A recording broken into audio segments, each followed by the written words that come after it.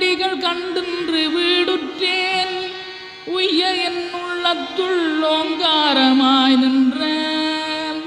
மெய்யா விமலா விடைப்பாக வேதங்களையா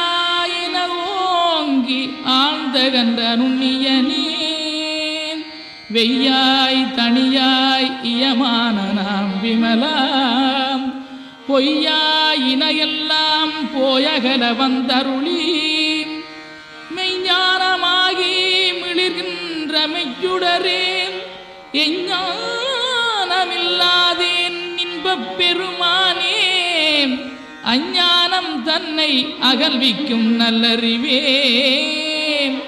ஆக்கமழகிருதி இல்லாய்